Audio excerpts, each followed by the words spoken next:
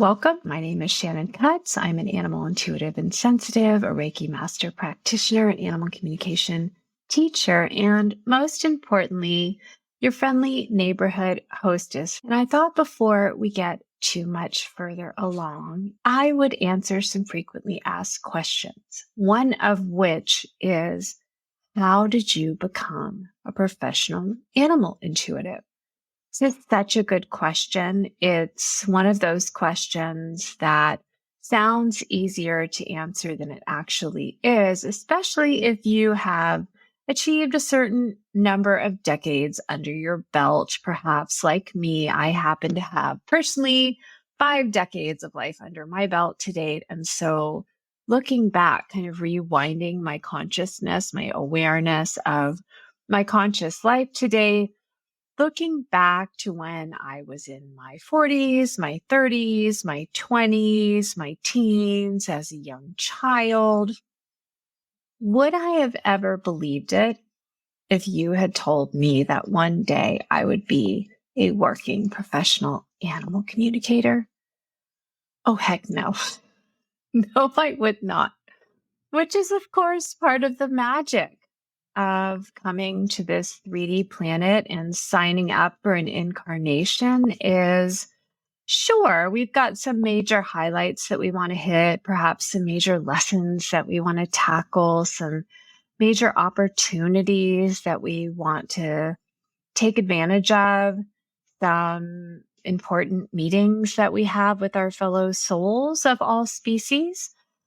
But in no way, shape, or form do I personally believe that it's all set in stone, or that it's all meticulously mapped out in advance. In fact, so much of what informs my awareness of kind of how our lives are maybe mapped out or brainstormed before we come here really is informed by the animals and how they show me that there are lots of what we might call sliding door realities, different paths that we could choose, different ways to achieve major soul evolution and growth. And I feel like saying yes to animal communication, saying yes to learning it, saying yes to teaching it, saying yes to hanging out a shingle and offering my services as a working professional was one of several options that could have propelled my soul, my embodied spirit, forward on her journey. And so I do look at it as a true miracle that has unfolded in my life, probably the best of many options that could have moved me forward in my learning and education and conscious unfoldment. So let me take you back, especially if you are watching this episode and you're looking over your life trajectory to date. Maybe you're looking at your professional resume like I sometimes do. Maybe you're seeing what kind of looks like a train wreck. Like, how did you get from A to B to P to T to C to R? And now you're here. It's like, well, I couldn't have told you at the time, but looking back now, all of those seemingly unrelated experiences, not only do they make a lot more sense now in terms of some important skills that I have been able to add to my toolkit that I needed for this part of my earthly journey, but in a strange way, each of those separate experiences also add up to be more than the sum of their parts. So if you're in a season of your life, perhaps where you're looking at what you're doing or where you are in life and you're thinking, it just doesn't make sense to me. Hang on. It will. There is a reason. This is where we start to kind of build a firmer foundation for soul level self-trust to be able to make choices as they present themselves and say, no matter what, whether this works out in the short term to be the quote unquote right choice, quote unquote wrong choice. Maybe we need to do a little course correct. I trust that ultimately my soul path will be revealed because my goal, my intention, this is something that I'm so passionate about, especially when I teach animal communication and definitely in every session that I facilitate, is to look back to our fundamental intention. My intention is good. My intention is positive. My intention is of the light. My intention is to grow. As my late best friend Marcy, who is a Reiki master and a beautiful soul, she used to always remind me we're here to grow in wisdom and learn to love better, which I believe is a quote from Tara Brach, whom she loved. But I think about that often as I look back on the winding road that led me here, and I think ultimately I have achieved and continue to achieve that fundamental guiding intention to grow in wisdom, to learn to love better. And in fact, that fundamental guiding intention not only has gotten me through some really hard challenges in life and some really big, course correct decisions that I've needed to make, but has also opened up the door and given me the courage to say yes when the opportunity to embark on learning animal communication really honestly kind of dropped in my lap. So let me just rewind you. Let's go back to, well, I'll start you at the beginning. Even as a young child, I was always kind of animal obsessed, especially birds and turtles. I feel like I came here with a special heart for the less visible of our planet mates, the ones that either are perceived as not having a voice, either because they're silent or largely silent. For instance, turtles and tortoises, they don't make a lot of sound. So they have to find other ways to catch our attention when they need help. Birds, which when I was growing up, the term bird brain was considered an insult. Now we know, thanks to Dr. Irene Pepperberg and her beautiful bird, Alex, we know that that's actually quite a compliment. So I was really always transfixed by those particular animal species, but we have lots of pictures in our family albums of me stalking frogs and patting horses and following roadrunners, just being fascinated by the non-human animals we share our planet with. However, I grew up in a musical family, and so while I was on the stage a lot when I was young and when I was growing, and I was a singer and a songwriter, if you look for Shannon Cutts, you'll find a whole list of original songs that I've written and recorded and published to share. And then I just had a really windy road. I was a college recruiter for a while. I founded and ran a charity for a decade called Mentor Connect that provided mentors to people recovering from eating disorders. It was a free support charity service and was a freelance writer for a decade. So lots of different winding, curving roads. But throughout, one of the connect the dots kind of themes is that I always had an interspecies family. And frequently, when I would run into insecurities or challenges or questions, I would hire animal communicators. Now, my path really intersected with animal communication in maybe what might sound like a little bit of an unorthodox way when I came across and started reading the books of Dr. Temple Grandin, who is most well known and famous worldwide for two things, one of which is being an extremely high functioning PhD who also happens to be autistic, and two, for her groundbreaking work in commercial livestock welfare. She is the one that goes boldly into commercial farming and ranching and meat production facilities and works with the management to redesign the living conditions to provide humane options for everything these animals need, from getting their food and water to having their vaccinations and their medical checkups, and even to the point where they end their earthly lives. And it's a tough topic for me to talk about, but there you have it. And she is such a pioneer, and I look up to her so much.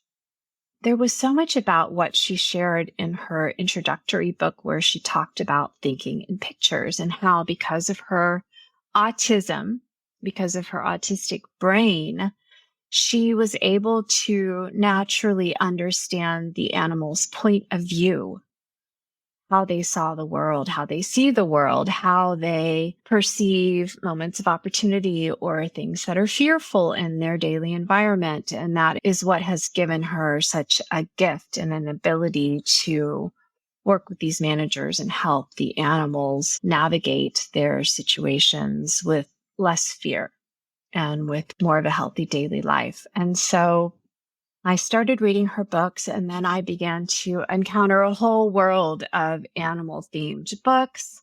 I've always been an avid, voracious reader, and it was natural. I spent years reading books about different species, learning everything I could about tigers and giraffes and elephants and cockatiels and the turtles and tortoises of the world, and learning about people who work with animals. And then one day, and I was just on the cusp of my 5th decade of life at that point, I was meditating. And I've had a meditation practice since I was 19. So this is nothing that's unusual for me, nothing that felt foreign or anything I wouldn't be inclined to trust. If I received a message in meditation, I would be more likely than not to take it in and incorporate it right away into my daily life. And the message that I received that morning was delivered by the same small, still voice that I have heard from every so often at critical junctures in my life when I really needed a little bit of an extra nudge or a push or maybe even a shove. This little voice appears. And in that particular meditation, that particular morning, I was kind of in a little bit of a delicate or a sensitive emotional state. I had just split off from my partner of many, many years. The relationship was just at its end. It was, let's just put it that way.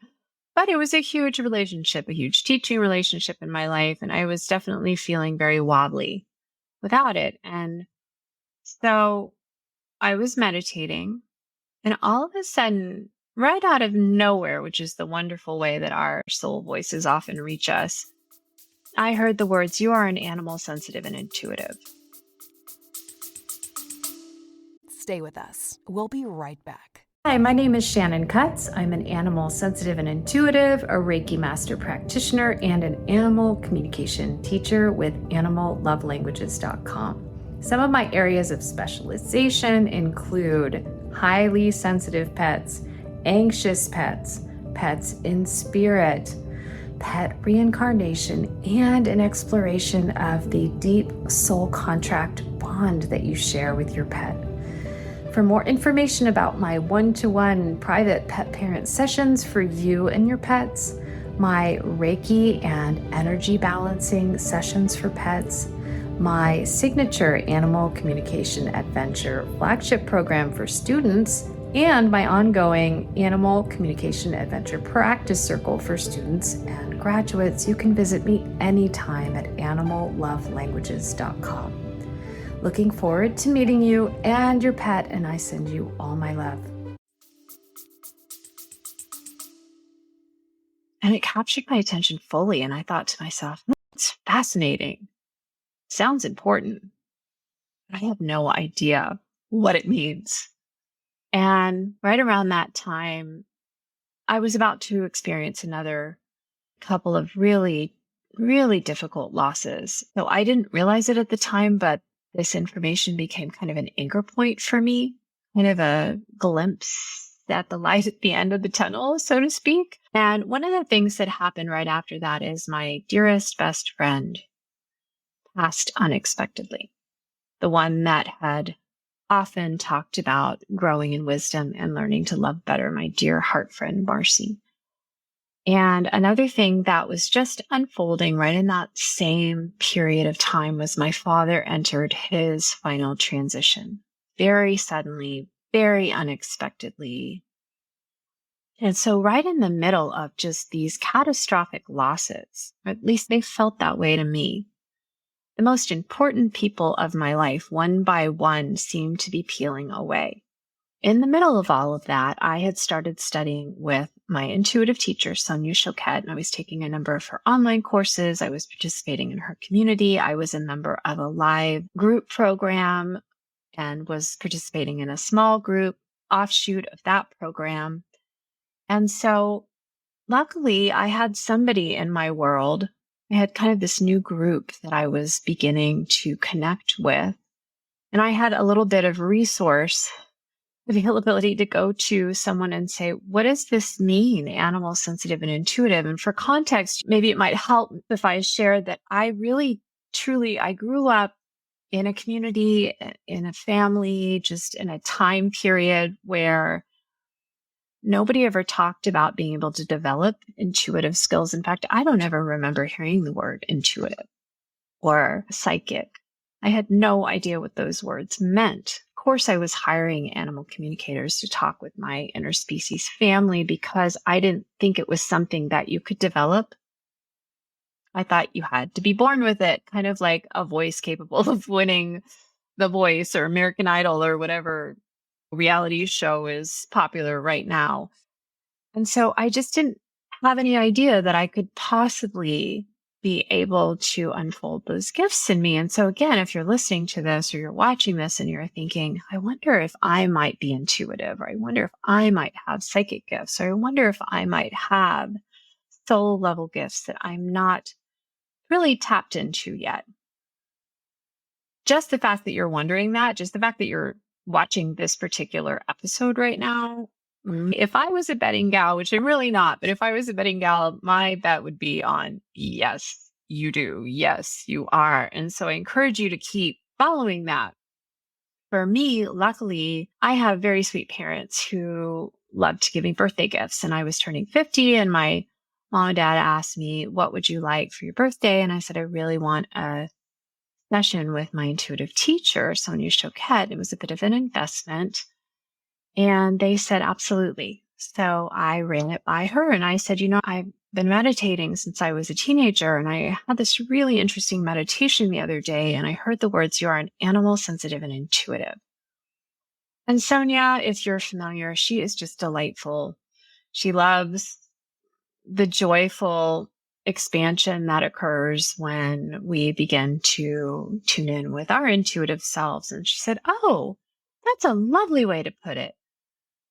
Those are even prettier words than I would have chosen. She said, you're an animal communicator.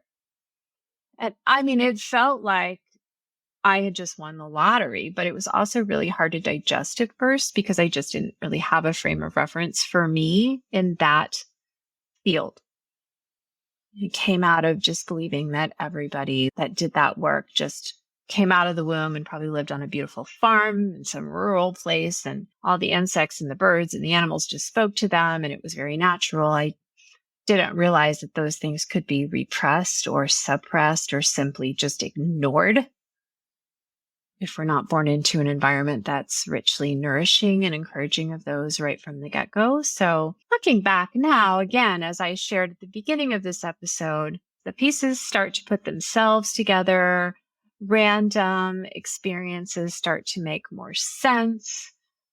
I start to look back and see the thread that was there all along, but just wasn't being emphasized. Nobody was really pointing to it. And I just hadn't cultivated a community of like-hearted souls who were boldly headed into the subtle realms, into the intuitive pathways, into the kinds of experiences where we switch from using the outer GPS that we find on our phone to the inner GPS that comes pre-installed in our human animal operating system. And this is one of the things I absolutely love to talk about when I am teaching a new class of animal communication students.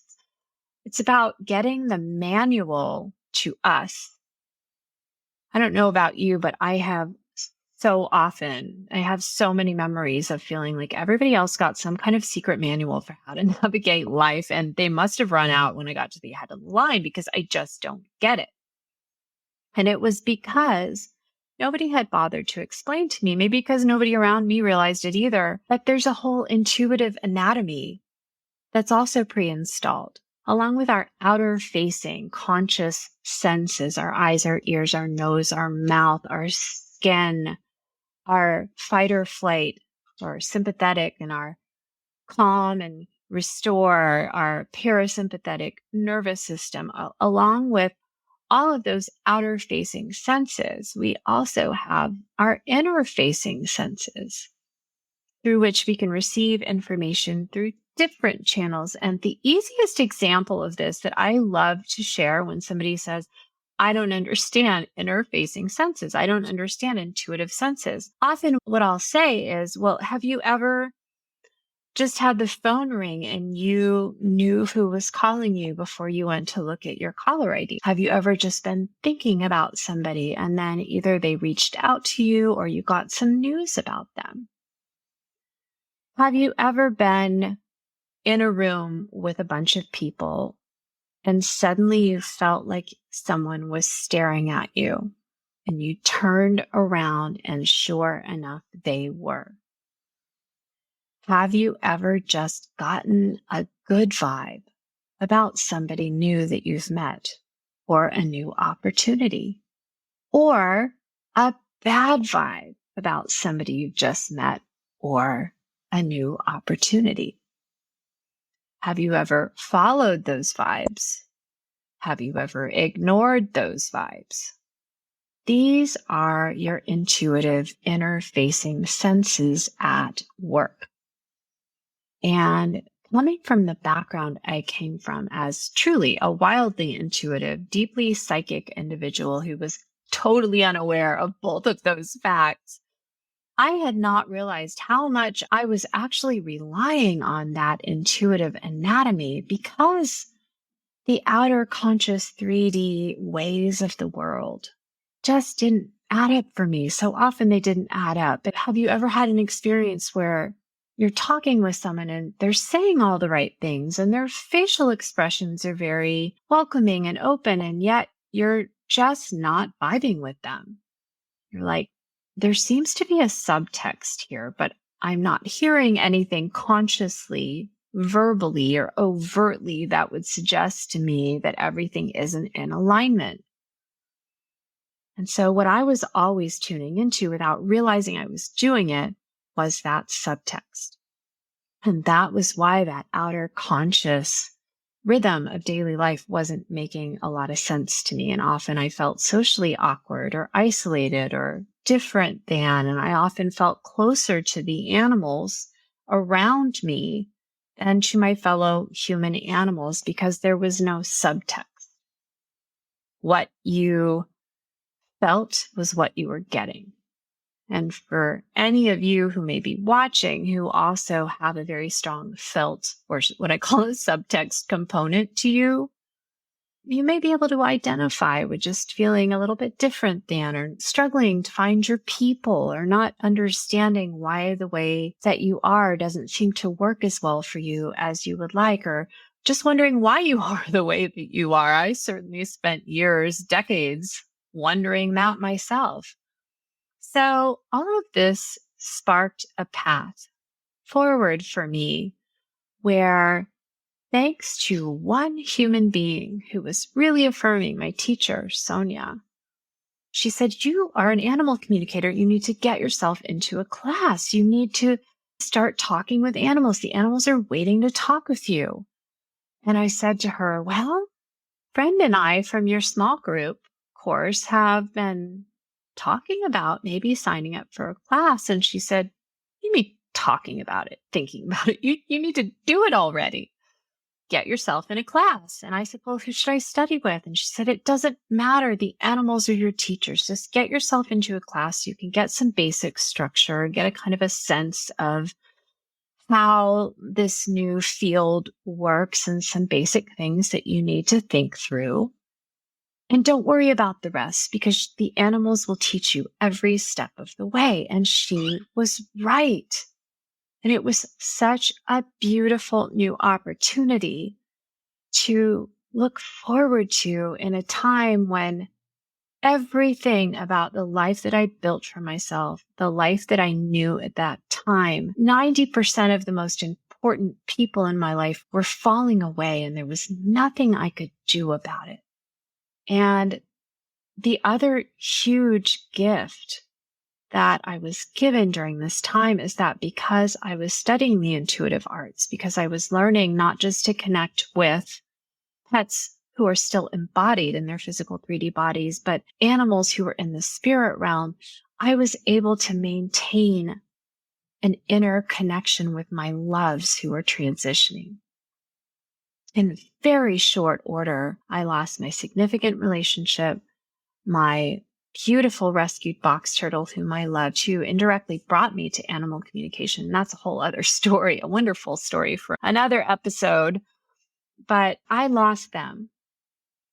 And then my dearest best friend, Marcy, my precious dad, and then my soul bird, Pearl, who'd been with me for 24 years, they all left their bodies. And because of this beautiful new path of animal communication, I've been able to stay in touch with each of my loves because this is something that we so often forget.